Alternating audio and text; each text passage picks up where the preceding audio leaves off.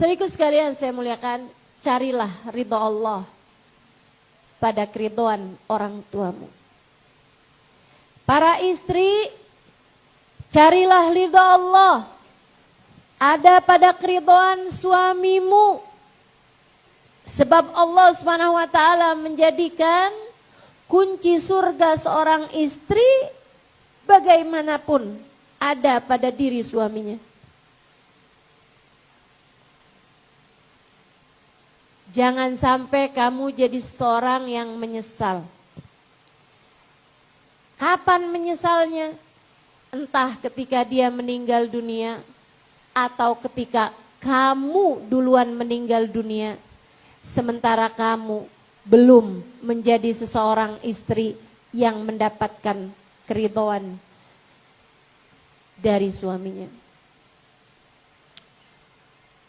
Tiap kali bahas suami, saya selalu teringat hadisnya baginda Nabi besar Muhammad sallallahu alaihi wasallam kepada seorang perempuan. Ketika perempuan tersebut datang kepada baginda kita Nabi Muhammad untuk bertanya beberapa permasalahan fikih, Nabi Muhammad pun menjawabnya. Sesudah selesai dijawab sama Nabi, Nabi tanya sama dia, "Amutazawwijah anti?" Apakah kamu adalah seorang perempuan yang sudah menikah? Dia menjawab, "Bala ya Rasulullah, ini imra'atu fulan ibn fulan." Betul wahai Rasul, saya adalah istrinya fulan bin fulan. Nabi bertanya kembali, "Kaifa anti bih?" Bagaimana kamu memperlakukan suamimu? Bagaimana kamu memperlakukan suamimu? Nabi Muhammad bertanya, sebab Nabi Muhammad adalah guru terbesar kita dalam kehidupan. Nabi Muhammad bertanya, sebab Nabi Muhammad adalah Al-Abul Akbar, kata Habib Ali Habsyi tadi. Di dalam kitab Simtud Duror yang doa tadi itu Al-Abul Akbar. Nabi Muhammad adalah ayah kita yang terbesar. Nabi Muhammad sangat peduli kepada keadaan-keadaan kita, saudaraku sekalian. Karenanya Nabi bertanya kepada perempuan ini, sebagaimana Nabi pun juga mungkin untuk bertanya hal yang sama kepada kita. Kalau saja kita berjumpa dengan Nabi Muhammad. Nabi akan juga bertanya yang sama, bagaimana kamu memperlakukan suamimu? Dia pun menjawab, "Ya Rasulullah, saya menjadikan suami saya di atas mata dan kepala saya. Saya junjung tinggi suami saya, wahai Rasul. Saya taat padanya kepada sesuatu selagi saya mampu melaksanakannya. Dan saya meminta maaf padanya untuk sesuatu yang tidak saya sanggup melaksanakannya. Saya hormati dia dan saya tidak menyia-nyiakannya, wahai Rasulullah."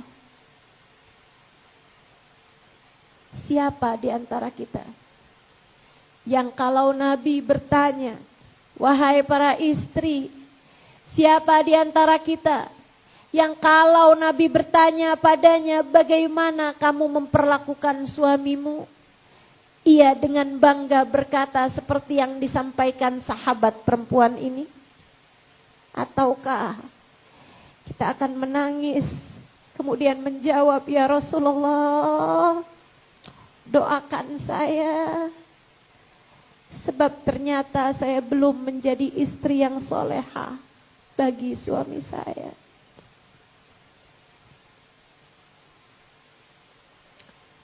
Saudaraku sekalian, ketika dia menjawab seperti itu, Nabi tersenyum lebar sekali. Nabi senang, Nabi bangga sama umatnya yang perempuan dan dia solehah kepada suaminya. Nabi nggak tanya, suami kamu kayak gimana sama kamu? Enggak. Nabi nggak nanya. Dan kamu pun juga dapat membayangkan hal yang sama. Kamu jangan berpikir bahwa kalau saya ketemu sama Nabi, saya bisa mengadukan suami saya kepada Nabi. Nabi tidak akan bertanya tentang bagaimana suamimu padamu. Nabi hanya akan bertanya, bagaimana kamu memperlakukan suamimu. Nabi akan bertanya kepada kaum laki-laki, bagaimana kamu memperlakukan istrimu. Akan tetapi Nabi kepadamu hanya akan bertanya, bagaimana kamu memperlakukan suamimu. Sebab kita tidak akan dihisab atas apa yang orang lain lakukan terhadap kita. Kita hanya akan dimintai pertanggungjawaban atas bagaimana sikap kita kepada orang lain. Sehingga sekalian, Nabi tersenyum bangga kepada umatnya, istri yang soleha. Nabi tersenyum bahagia kepada umatnya yang perempuan, yang mampu memposisikan posisi yang Allah letakkan dia di sana sebagai caranya untuk mendapatkan ridha Allah Subhanahu wa taala. Nabi pun berkata padanya, "Fanduri ilaih fa innama huwa jannatuki wa naruki." Perhatikan betul bagaimana caramu memperlakukan suamimu, sebab ia adalah jalan surga bagimu ketika kamu memuliakannya, dan jalan neraka bagimu ketika kamu menyia-nyiakan dan merendahkan dia. Para istri, suamimu adalah jalan surgamu. Hati-hati, perhatikan bagaimana caramu memperlakukan suamimu. Jangan biarkan kata-kata kasar keluar dari lisanmu. Untukmu yang ingin di akhirat berjumpa dengan Nabi Muhammad, dan Nabi Muhammad ridho kepadamu. Untukmu yang di hari akhirat ingin berjumpa dengan Sayyidah Fatimah, ingin berjumpa dengan Sayyidah Khadijah, ingin berjumpa dengan Sayyidah Aisyah. Mereka perempuan-perempuan salehah adalah perempuan yang selalu membahagiakan suaminya, memperlakukan suaminya dengan penuh rasa hormat, rasa cinta. Kalau kamu durhaka pada suami, kalau kamu kerjaannya marah-marah mulu sama suami, kalau kamu selalu merendahkan dia, menganggap dia seperti tidak becus dalam menjadi seorang suami, kalau kamu selalu menghina-hina dia, bagaimana mungkin kamu akan layak untuk bersanding, untuk berada di belakang perempuan-perempuan solehah di hari akhirat nanti.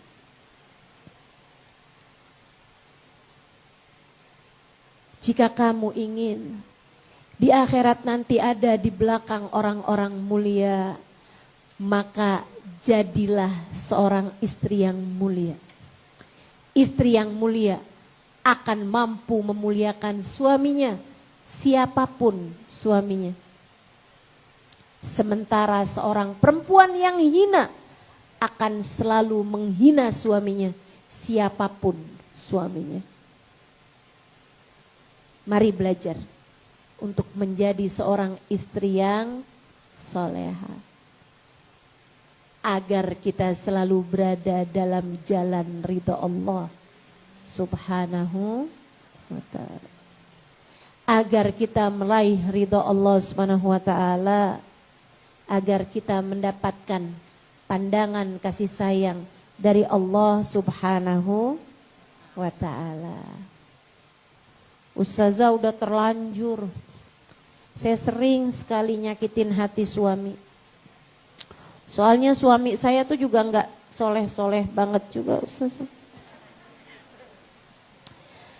Bagaimana mungkin saya mau jadi kayak Khadijah kalau suami saya nggak kayak Nabi Muhammad? Saya susah mau jadi kayak Sayyidah Fatimah, suami saya nggak kayak Sayyidina Ali. Saudara sekalian, Allah kasih contoh dalam Al-Quran.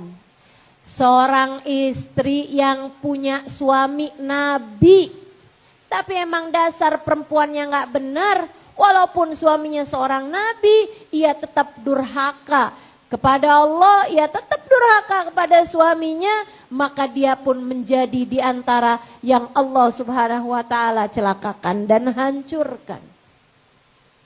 Istrinya Nabi Nuh punya suami nabi, manusia paling soleh pada zamannya. Ketika Allah Subhanahu wa taala menenggelamkan kaumnya Nabi Nuh, istrinya di antara yang tenggelam tersebut.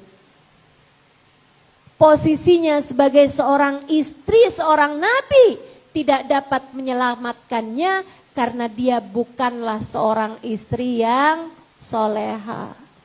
Padahal suaminya nabi loh. Emang dasar perempuan hina ya hina aja biarpun suaminya mulia juga. Sebaliknya Allah kasih contoh seorang perempuan mulia punya suami orang yang paling hina. Saudaraku sekalian yang saya muliakan, bukan hanya hina karena durhaka kepada Nabi ataupun durhaka kepada Allah, enggak main-main, enggak tanggung-tanggung, dia bahkan mengaku dirinya sebagai Tuhan. Namanya Fir'aun. Istrinya seorang perempuan solehah. Seorang perempuan beriman kepada Allah. Seorang perempuan yang menjadikan dirinya sebagai hamba Allah, berada dalam jalan Allah, mencari ridha Allah Subhanahu wa taala. Hidupnya pun bercahaya dengan keimanan. Maka meskipun suaminya Fir'aun, ia tetap dapat menjadi seorang perempuan yang mulia, calon-calon penghuni surga, peraih ridha Allah Subhanahu wa taala. Jadi tiap kali hatimu bilang, ya gimana saya mau jadi istri solehah, suami saya kayak begini. Sampaikan pada hatimu, suamimu bukanlah seorang nabi. Suamimu memang bukanlah seorang waliullah, bukanlah seorang ulama, bukanlah seorang yang sangat dekat dengan Allah Subhanahu wa taala. Tapi kan suamimu juga enggak Fir'aun amat. Wahai hati, belajarlah dari Asia. Wahai hati, ingatlah pesan Allah untuk terus berusaha menjadi istri yang solehah. Siapapun suamimu itu, insya cari ridho Allah Subhanahu wa taala pada diri suamimu. Posisimu sebagai seorang istri, jadikanlah posisimu tersebut sarana mencari keridhaan Allah. Kamu jadi anak, pakailah posisimu mencari keridhaan Allah lewat baktimu kepada kedua orang tuamu. Dan kalau kamu sebagai seorang ibu, pergunakanlah posisi tersebut untuk mencari keridhaan Allah Subhanahu wa taala dengan mendidik anak-anakmu, menjadikan mereka sebagai hamba-hamba mulia di sisi Allah, menjadikan mereka sebagai umat yang layak dibanggakan di hadapan baginda Nabi besar Muhammad sallallahu alaihi wa ala alihi wa sahbihi wasallam. Anak yang solehah akan menjadi penyebab. Anak yang soleh banyak yang menjadi penyebab orang tua mendapatkan ridha Allah Subhanahu wa taala. Saudaraku sekalian yang saya muliakan, akan saya ceritakan kepadamu kisah dari Sayyidina Ibn Iyad alaihi ridwanallah. Fudail bin Iyad alaihi ridwanallah, seorang ulama terkemuka pada zamannya, dulunya seorang soleh, seorang waliullah pada zamannya, akan tetapi dulunya dia adalah seorang perampok, seorang pembunuh, bahkan seorang yang sangat bengis kepada orang lain, saudaraku sekalian. Fudail bin Iyad alaihi ridwanallah. Fudail ini ceritanya, ini cerita sangat menarik nih. Ibu-ibu jangan kengantukan didongengin. Fudail bin Iyad, perampok besar. Pokoknya kalau ada orang bawa dagangan, kafilah itu dirampok sama Fudail, orang pada takut semua. Preman terbesar, mafia terbesar pada zaman tersebut. Satu waktu, dia lagi ngerampok satu rombongan orang. Ada di antara di kafilah tersebut itu seorang bapak-bapak muda ya, yang dia itu pegangin bonekanya. Akhirnya semua barang nih dirampok. Si bapak ini tadi nih pegangin bonekanya, nggak mau dia kasihin. Orang-orang pada heran gitu kan, kenapa sih nih kayak begini nih orang? Sampailah hal itu kepada pimpinan perampok mereka, yaitu Fudail bin Iyad. Dia bilang, Tuan, semuanya udah berhasil kita jarah. Semuanya menyerahkan hartanya mereka masing-masing.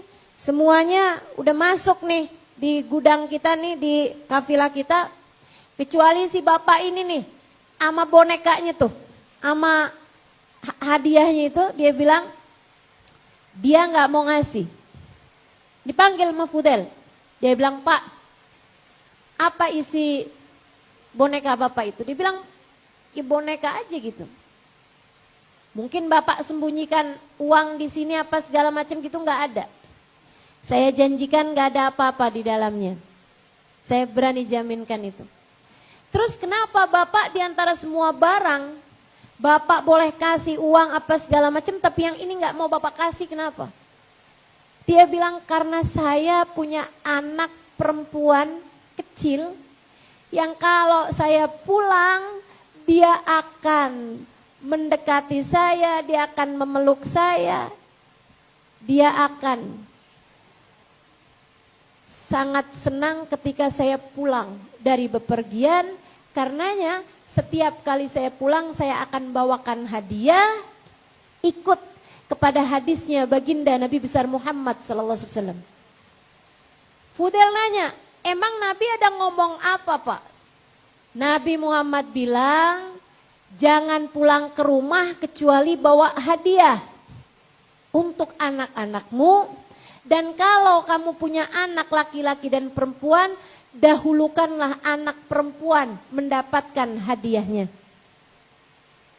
Itu ada hadis ya teman-teman sekalian.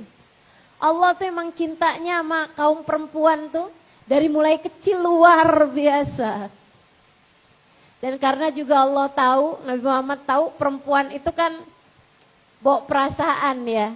Bahkan dari kecil udah baper gitu kan. Terbawa perasaan. Fudail bin Iyad bilang, oh baik kalau begitu. Gimana nih Tuan, kita ambil gak bonekanya? Gak usah, biarin. Kesian bapak ini nanti ketemu sama anaknya. Udah biarin aja. Kasih pulang bapak ini. Dia pun memperkenankan bapak tersebut pulang. Fudail kepikiran sama hadis itu tadi. Bagus juga ya. Maka Fudail pun nyari perempuan cantik di kampungnya. Dipaksa buat nikah sama dia. Sampai perempuan tersebut hamil, nikah bener ini ya. Nikah bener, karena dia pengen punya anaknya juga anak bener gitu. Maksudnya bukan zina gitu kan. Dia nikah benar, habis itu kemudian sampai si perempuan tersebut hamil, sampai melahirkan. Ternyata benar melahirkan perempuan. Fudail senang sekali. Habis anaknya melahirkan, kemudian menyusui, istrinya kemudian dia bilang, kamu boleh pilih, mau tetap jadi istri saya atau kamu mau saya ceraikan, saya kasih kepada kamu uang semuanya gitu. Yang penting jangan bawa anak saya. Saya pengen punya anak perempuan. Buat dia mengerjakan hadisnya Nabi Muhammad. Kalau pulang dari bepergian bawa hadiah. Dari semua perintah-perintah Allah dia tinggalkan. Hanya satu aja yang dia pegang, yaitu menyayangi seorang anak perempuan. Perempuan tersebut istrinya kemudian pergi meninggalkan dia. Yang gak betah juga ya punya suami preman. Dia pun tinggal bersama dengan anaknya. Dari sejak anaknya umur 2 tahunan, udah ibunya selesai menyusui, dia selalu bersama dengan anaknya. Dia pergi merampok kemana. Akan tetapi yang dibayangkan selalu adalah putrinya. Maka dia pun pulang ke rumahnya, dia akan pelukin putrinya, dia akan ciumin putrinya, dia akan sayangi putrinya. Dia berusaha mencurahkan semua kasih sayang yang dia punya kepada putrinya. Fudel tidak pernah tahu. Setiap kali Fudel pergi nih ketika anaknya umur 5 tahun, 6 tahun, yang di dalam rumah ada kayak semacam pembantu di dalam rumah yang mengurusi anaknya tersebut itu mengajarkan kepada anak perempuan, ini anak perempuannya Fudel, caranya sholat, caranya baca Quran, sampai anak perempuannya Fudel bin Iyad. Walaupun bapaknya seorang perampok hebat, akan tetapi anaknya sholat, Quran, sholawatan sama Nabi Muhammad sallallahu alaihi wasallam. Setiap hari sang anak enggak pernah tinggal sholat. Meskipun bapaknya adalah seorang yang seperti itu sampai satu waktu. Saudaraku sekalian yang saya muliakan, ketika anak tersebut berusia 9-10 tahunan, anak ini jatuh sakit. Fudel waktu itu tidak sedang dalam pekerjaannya, dia ada di rumah menjaga anaknya sampai kemudian anaknya meninggal dunia. Fudel putus asa. Ia menghujat Allah SWT. Ya Allah, saya tak pernah punya seorang yang saya cintai. Saya hanya cinta kepada anak saya dan sudah saya laksanakan. Ya Allah, apa yang kau minta kepada saya, kepada anak saya. Mengapa engkau mengambil anak saya ya Allah? Fudel pun kembali tenggelam dalam minum-minuman keras. Fudel pun suatu hal yang sudah lama dia tinggalkan karena dia ingin bersama dengan anaknya. Anaknya meninggal dunia. Fudel mabuk-mabukan, Fudel habis-habisan. Bahkan ia pun tak makan, bahkan ia pun tak peduli dengan kesehatannya sampai satu waktu. Ketika Fudel sedang tertidur, sesudah lama dia mabuk, dia tertidur, teman-teman saya sekalian, dia bermimpi.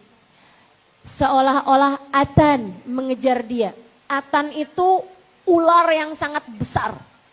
Mengejar dia gitu. Fudel pun lari-lari dalam mimpinya itu menghindari Atan ini tadi. Habisnya Fudel lari-lari, dia pun terus aja melewati hutan-hutan, lembah-lembah menghindari ular yang sangat besar hendak menerkam dia ini. Sampai kemudian di jarak yang sudah dekat dengan ular itu, tiba-tiba dia melihat sebuah jurang. Fudel pun kebingungan antara dia tenggelam ke jurang ataukah dia diterkam oleh ular. Saat itu dia melihat putrinya.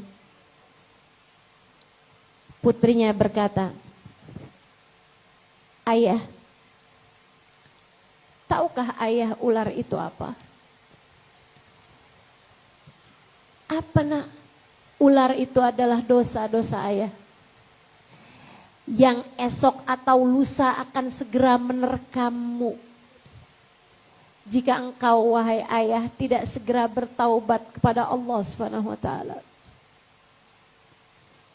Ayah, tahukah ayah apa jurang itu?" "Apa itu nak?" "Itu adalah jurang kematian ya.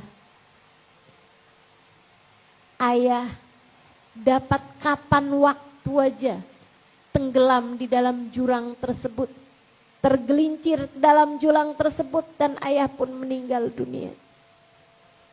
Ya, kalau tidak sekarang kapan lagi?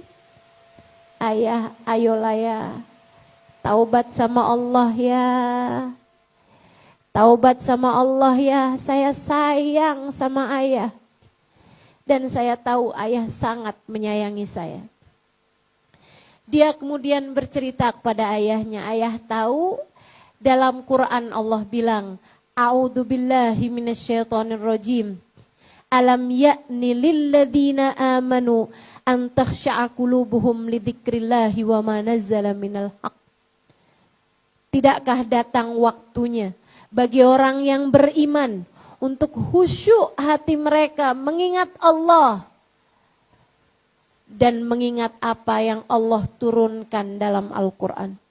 Ayah, sudah tiba waktumu untuk segera kembali ke jalan Allah. Aku menunggumu ya di surga Allah. Aku menunggumu ya dalam keridhaan Allah. Bertaubatlah segera ya agar kita dapat bersama-sama ketika datang ajal menjemputmu nantinya. Sang ayah sempat nanya, kamu pernah belajar Quran nak? Iya ya, saya bisa baca Quran, saya hafal banyak dari ayat-ayat Al-Quran. Ayahku sayang, segeralah bertaubat pada Allah. Fudail bangun dari tidurnya, kemudian saat itu juga Fudail mendengar suara ayat Al-Quran yang sama dibacakan sama tetangganya yang sedang bangun malam dan membaca Al-Quran. Tetangganya tersebut membaca pas di ayat yang sama. Sambil diulang-ulang. Alam ya'ni lilladzina amanu an takhsha'a qulubuhum lidzikrillahi wa ma nazala minal haq. Alam ya'ni lilladzina amanu an takhsha'a qulubuhum lidzikrillahi wa ma nazala minal haq. Fudail ketika mendengar itu, ia segera terbangun dari tidurnya, kemudian ia berkata, Al-ana ya Rabb, al-ana ya Rabb. Iya ya Allah, sudah datang waktunya ya Allah. Sudah datang waktunya sekarang juga ya Allah, sekarang juga. Aku akan menghusyukkan hatiku untukmu ya Allah. Sekarang saya bertaubat ya Allah. Sebab saya ingin dapat bersama dengan anak perempuan saya kembali sesudah saat kematian saya.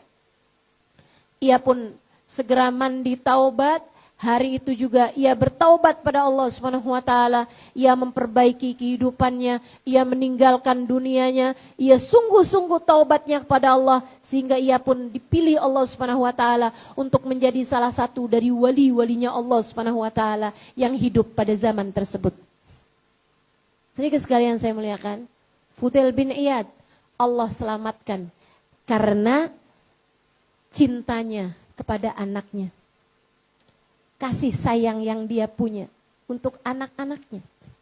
Makanya Bu, yang pada punya anak, jangan kamu pikir kamu harus jadi perempuan yang keras. Jangan kamu pikir kamu harus jadi perempuan yang bisa mendisiplinkan anakmu untuk kamu mendapatkan keridhaan Allah Subhanahu wa taala. Sampai susah senyum sama anaknya. Anaknya tiap kali lihat ibunya selalu aja isinya perintah-perintah. Udah belajar belum? Udah sholat belum? Cepetan sholat. Neraka kamu. Mau dapat ridhonya Allah tuh adem. Kasih sayangnya Allah itu damai. Kamu baru akan mendapatkannya ketika kamu dapat memberikan ketenangan, kedamaian, kebahagiaan, rasa adem di hati anak-anakmu dan orang-orang di sekelilingmu. Yuk, belajar buat jadi seorang perempuan yang dapat menyayangi anak-anaknya dengan cara yang terbaik. Jangan mau jadi ibu yang ditakuti sama anak. Jangan. Jadilah ibu yang disayangi sama anak. Hatimu tuh pakai buat menyayangi anak-anakmu. Man la yarham la yurham. Siapa yang gak sayang sama anaknya, maka dia pun tidak akan disayang Allah Subhanahu wa taala. Sayangi, dekap, peluk, sampaikan padanya, nak, kamu adalah hadiah terindah yang Allah berikan dalam hidup mama. Kamu adalah hadiah paling indah yang Allah berikan dalam kehidupan ibumu ini. Terima kasih ya nak. Terima kasih telah menyayangi ibu. Kita akan saling sayang hingga semoga kita dapat bersama dalam surga Allah Ta'ala. Yuk belajar sayangin anak biar kita dapat ridhonya Allah. Yang terakhir, jadi yang pertama tadi saya ulangi, pengen dapat ridhonya Allah. Ridhonya Allah ada pada jalan taat kepada perintahnya dan jalan meninggalkan maksiat darinya. Kita nggak pernah tahu ridho Allah letakkan di mana. Maka jangan remehkan kebaikan sekecil apapun. Siapa tahu ada ridho Allah di dalamnya. Ambil setiap peluang kebaikan. Yang kedua, kalau kamu pengen dapat ridhonya Allah SWT, posisimu maksimalkan. Para istri, carilah ridho Allah pada diri suamimu. Segenap anak yang masih pada punya orang tua, carilah keridhaan Allah pada baktimu kepada kedua orang tuamu. Para ibu, carilah ridha Allah ada pada kasih sayangmu kepada